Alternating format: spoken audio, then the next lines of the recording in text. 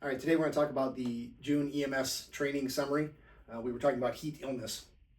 One of the first things to know that when we're talking about heat illness, we're not talking about a fever. That's a different process. When you have a fever, your body raises the set point and then tries to attain that higher set point. So that's why you shiver. That's why you feel cold when you have a fever. That's pretty typical with most infections, right? Something to know about fever is that most of the time with your run-of-the-mill infections, and this is not universal, but most of the time, your body will stop at about 104, right? Damage occurs to proteins in the like 105 and 106 range, so most fevers stop at 104. The height of the temperature does not necessarily correspond to the severity of the infection. It's more concerning in little kids, but it's not always the case with older kids and with adults. So you can have a fever of 102 and have a really bad infection and have sepsis. You can have 104 and have sepsis. You could have 101 and have sepsis. So again, the temperature does not necessarily correlate with how sick you are. The other thing to know about being sick in general with fevers is that I tell patients this to sort of allay some fears, because a lot of people come to the ER or they come to the ER with their kids and they're worried because the temperature keeps climbing 101, 102, 103, and they think at some point their kid's going to just cook. Again, most of the time, temperatures stop at 104. It's not guaranteed, but most of the time. But what your body does when you're sick, I tell patients you have three things. You have a fever, fatigue, and fasting. Those are the body's natural mechanisms to fight off infection. So you fast, the body wants to actually be in a little bit of ketosis, so hydration is the key thing. You don't have to eat when you're sick. You're fatigued, so you should sleep more because that's what the body wants you to do. You need more rest, and you have a fever. And again, the body with a fever is fighting off infection. You can treat it if you want to. You don't necessarily have to. So enough about fevers. The point being here, I guess the other point to make though is don't give medications. For heat illness, don't give medication. It's not the same thing as a fever. So there's classic and exertional. Classic would be somebody who doesn't ever get relief through like a hot streak or a hot spell. So if it's hot for 4 days in a row, temperatures are into the 90s or 100s, they live somewhere they don't have air conditioning, they can't ever get somewhere to cool off, and they just sort of keep getting hotter and hotter. They're in a third floor apartment and all they have is a fan.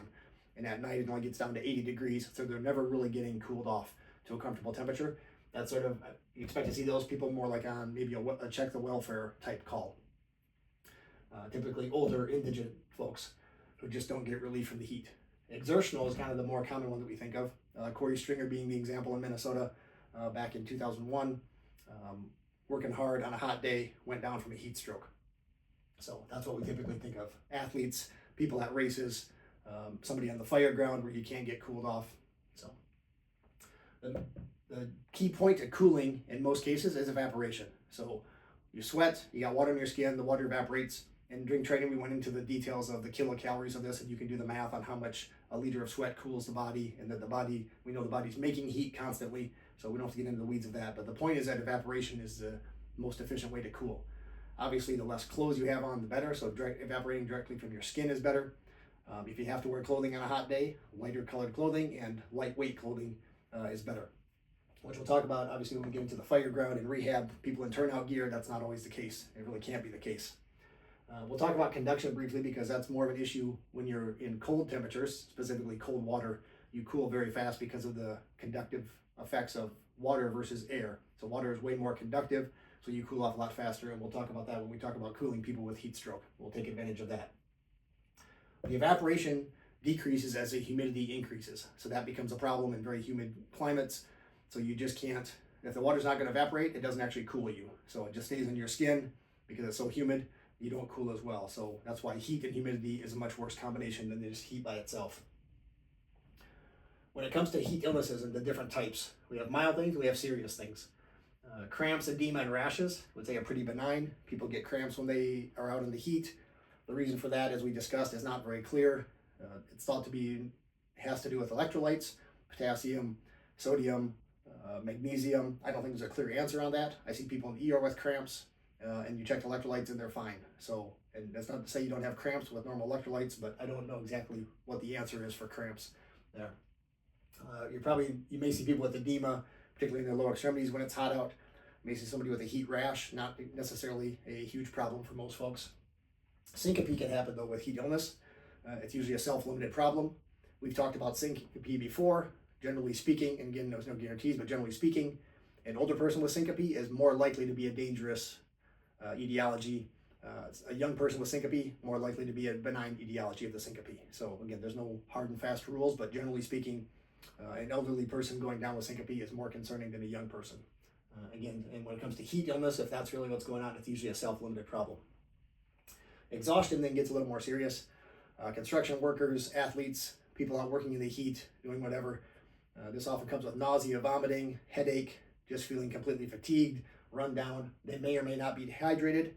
Often they are. We're going to come back and talk about dehydration here in a second. But the treatment for exhaustion is get out of the heat, take it easy for a couple days, and some hydration. If they can tolerate PO, that's fine. They can drink. They don't have to have an IV. If they're so sick that they're not tolerating any hydration, maybe they need an IV. But that's about the treatment there. Nothing crazy. The serious heat illness, though, is stroke. And as we talked about, stroke is a terrible name because it has nothing to do with what we think of when we talk about strokes otherwise. But the key point with heat stroke, is that you have altered mental status. That's the key differentiator. So if you have the right clinical context, somebody who's really hot and they're actually altered, not just I have a headache and don't feel good, but somebody who can't have a conversation with you if they're confused, if they're altered in some way. It could be seizure or coma or completely obtunded, but the main thing you have to recognize is if you think they're altered, you have to treat it like a heat stroke. So they may or may not be sweating. If they've gotten so dehydrated that they're impaired sweating, maybe that's going on, but that's not a thing. That's not guaranteed. So don't look at somebody who's appears to be super hot. Again, in the right clinical context, hot day, they're super hot, they're altered, but they're still sweating. I don't want you to run the risk of saying, hey, you don't have heat stroke because you're still sweating. That's not the case. The altered mental status is the key. If they're altered, they need to get cooled. So typically, again, the temperature is greater than 104 or roughly 41 degrees Celsius. So we're not checking temperatures on people, so we're going to rely on clinical context. They're super hot, they've been in a hot environment, and they're altered, then we're going to get them rapidly cooled. And this has changed in the last few years. So we want rapid cooling first. Rather than transport, that used to be the thing that you just don't delay transport, get them to the hospital. The damage from heat stroke is time and temperature dependent. Sort of like when you're scuba diving, getting bent is time and depth dependent, right? And when you're dealing with heat stroke, it's time and temperature. So the longer that they're hot and the higher temperature that they are, that's where the damage is. So they need to get cooled quickly. And since there's specific guidelines about when you should stop cooling someone, but if you overshoot and you make somebody shiver, or you show up on scene and their friends doused them with water, and now the patient, they had been altered and they were hot, so maybe they legitimately had heat stroke and their friends doused them in water, and now they're shivering, there's little downside to that, right? So now they're cold. They're going to warm back up. You're in a hot environment. They're going to get warm again. So overshooting is not really particularly dangerous. Yeah, it's probably uncomfortable for the patient, but it's a much less serious sort of thing to overshoot and get somebody a little bit cold and let them shiver. That's not the end of the world. Versus you don't recognize the heat stroke and let that go on and don't treat it. That's much more problematic for the patient. So I would much rather have you err on the side of caution, treat a heat stroke. If it looks like a heat stroke, smells like a heat stroke, you think it's a heat stroke, get it cooled. We'll worry about the shivering patient later. When they call to complain, I can talk to them about that. That's much less serious. So get them cooled first. What that looks like, you're gonna have to use your judgment. If you're at a homeowner, if you're at a house, you have a garden hose in somebody's backyard, that's fine. If there's a pool, if you have a cooling tank, because you're actually at an event and they have ice tubs, get them in the cooling tank. Obviously keep someone's face out of the water and pay attention to that. You're not just throwing someone in a cooling tub without observation, not throwing them in a pool, but get them cool. If you need to hook up to a hydrant to get some water from that, that's fine. If you want to use a tarp, we talked about the taco, the tarp assisted cooling oscillation, you can do that, but get the patient cool and then get them transported. So coming back over on this side now, let's talk about how hydration and dehydration, overhydration relate to heat stroke. The long time thought when you go to events, when you're at a training event, when you go to a race event, people have associated drinking more and staying hydrated with preventing heat stroke, right? So they push for overhydration, right? But this does not actually prevent heat stroke. So that's the problem. Telling people they have to drink before they're thirsty, telling people to drink so much water that they get overhydrated. You can get something called exercise-associated hyponatremia, which actually can be deadly. So when you tell people to overhydrate, you don't actually prevent this, because there's not a one-to-one connection that you're hydrated, you're not going to get heat stroke. That's not the case, right? But you can cause this, which is a serious problem. So clearly, if we get over here and you're really dehydrated, right? If you're dehydrated so much that you have impaired sweating, yes, that can contribute to heat stroke, but I purposely draw this line in a wavy fashion because this is not like a direct correlation. It's not like as soon as you start to have impaired sweating, bam, you get a heat stroke. Does this contribute to this? Yes, it can. So staying hydrated can mitigate the risk of heat stroke. You want to be hydrated enough so that you're sweating, but you don't want to overhydrate because you're not going to actually prevent this. People are told that often in cases like this, people are told to drink before you're thirsty because if you're thirsty, you're already dehydrated. I would say that's probably technically true, but let's look at this closer, right? So if this is perfectly hydrated, you start to get thirsty on this side. If you're way over here and really dehydrated, you're probably going to be really thirsty and you probably should have drank something sooner. But what about when you're right here? You're just starting to get dehydrated. You have thirst receptors.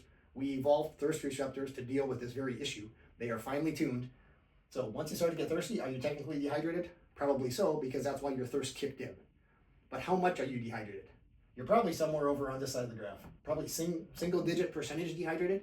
There's debate about whether being single digit percent dehydrated is worse for human performance when it comes to athletics.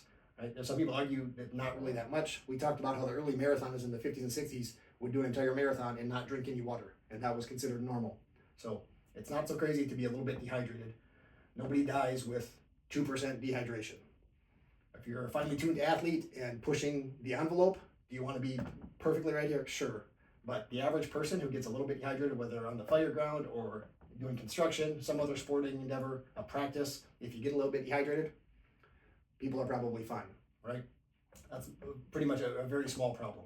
The best advice for all these folks is just drink when you're thirsty. So whatever that looks like, whatever setting you're in, if you have water available, drink when you're thirsty. There's been a big push for Gatorade, sports drinks. They don't actually have enough salt to compensate for how much sweat you lose. So just chugging Gatorade is not going to replace the salt losses. They just don't have that much salt content. You need Element or like other salt packets, Liquid IV, something else that actually has salt in it, pickled juice. You need something that's actually salty.